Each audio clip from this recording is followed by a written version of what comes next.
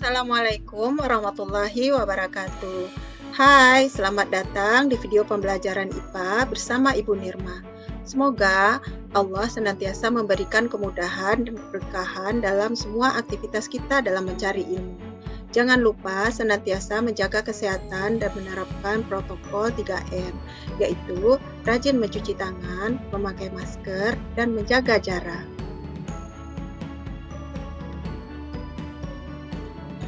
Materi kita kali ini adalah tentang teknologi ramah lingkungan. Teknologi ramah lingkungan merupakan bentuk penerapan bioteknologi yang memperhatikan prinsip-prinsip pelestarian lingkungan. Prinsip utamanya adalah mengurangi pencemaran yang sudah ada dengan tujuan sebagai upaya pemeliharaan lingkungan. Apa saja syarat teknologi ramah lingkungan? Yang pertama, teknologi tersebut hemat sumber daya lingkungan berupa bahan baku material, energi, dan ruang. Kemudian, rendah risiko menimbulkan bencana seperti ledakan, kebakaran, dan lain-lain. Yang ketiga, sedikit mengeluarkan limbah. Teknologi ramah lingkungan umumnya menggunakan sumber energi yang dapat diperbaharui seperti air, angin, dan sinar matahari, sehingga sedikit atau tidak menghasilkan limbah.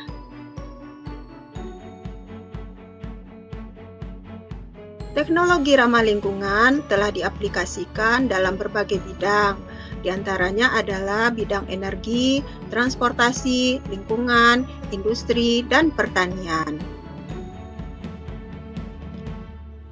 Pada bidang energi diterapkan pada pembangkit listrik tenaga angin, di mana aliran udara berupa angin ditangkap oleh turbin angin, kemudian mengubahnya menjadi energi listrik. Kemudian biofuel, yaitu berasal dari bahan organik yang diolah langsung dari tumbuhan. Ada dua jenis biofuel, yaitu etanol dan biodiesel.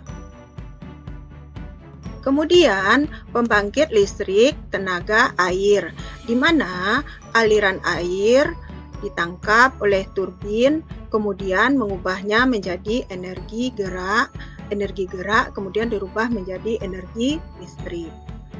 Kemudian solar cell, di mana solar cell atau sel surya mampu mengubah energi matahari menjadi energi listrik.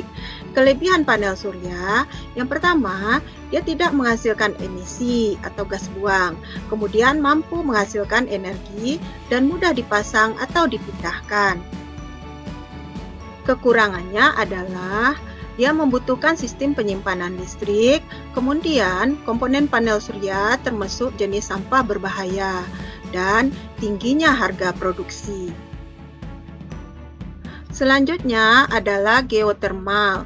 Geotermal merupakan energi panas yang tersimpan dalam tanah, lapisan dalam bumi, dan cairan dalam kerak bumi, di mana energi panas tersebut dapat digunakan untuk menghasilkan arus listrik.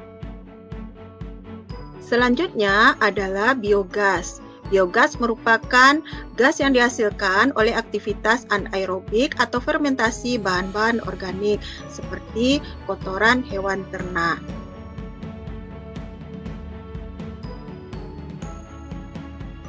Aplikasi teknologi ramah lingkungan di bidang transportasi, misalkan pada mobil surya. Mobil surya merupakan mobil yang energi utamanya berasal dari sinar matahari. Kemudian mobil listrik, yang merupakan mobil yang digerakkan menggunakan energi listrik.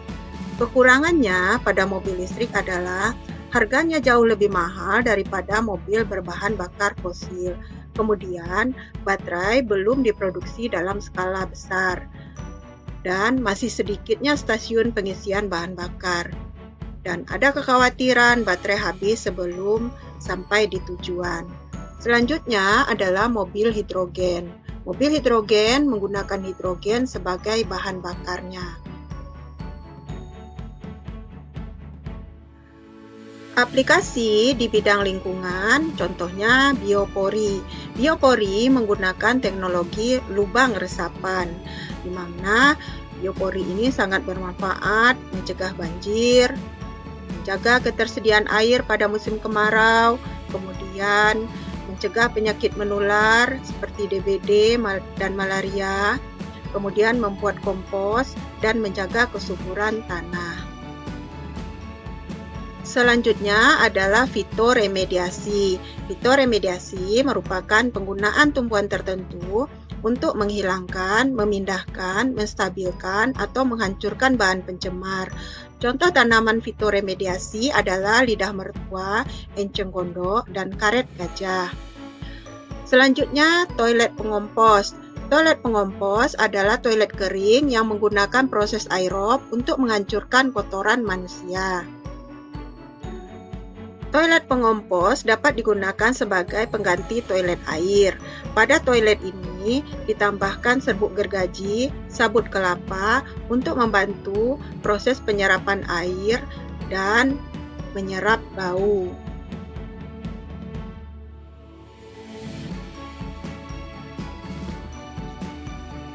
Aplikasi teknologi ramah lingkungan lain adalah pada bidang industri. Contohnya adalah biopulping. Biopulping adalah proses pengolahan limbah menggunakan mikroorganisme yang mampu menguraikan zat kayu secara alami. Contohnya dengan menggunakan jamur. Selanjutnya adalah biobag.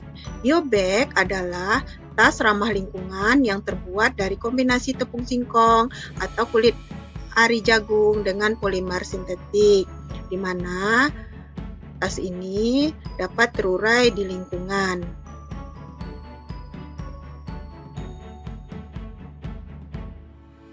Aplikasi di bidang pertanian dengan adanya biopestisida.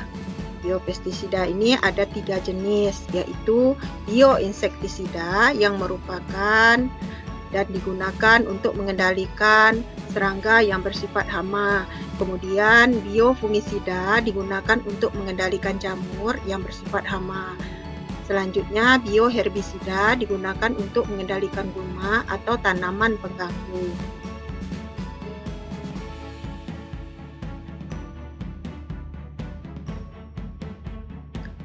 Dengan semakin tingginya tingkat pencemaran di lingkungan, maka kita perlu memiliki perilaku hemat energi dalam kehidupan sehari-hari. Contoh-contohnya adalah membudayakan bersepeda atau jalan kaki, mematikan kendaraan jika tidak digunakan, mematikan lampu saat tidur dan siang hari, membuat jadwal mencuci dan menyetrika pakaian secara teratur, menghindari kemacetan, memilih peralatan rumah tangga yang hemat energi, menggunakan kertas seefisien mungkin, dan menggunakan air secukupnya.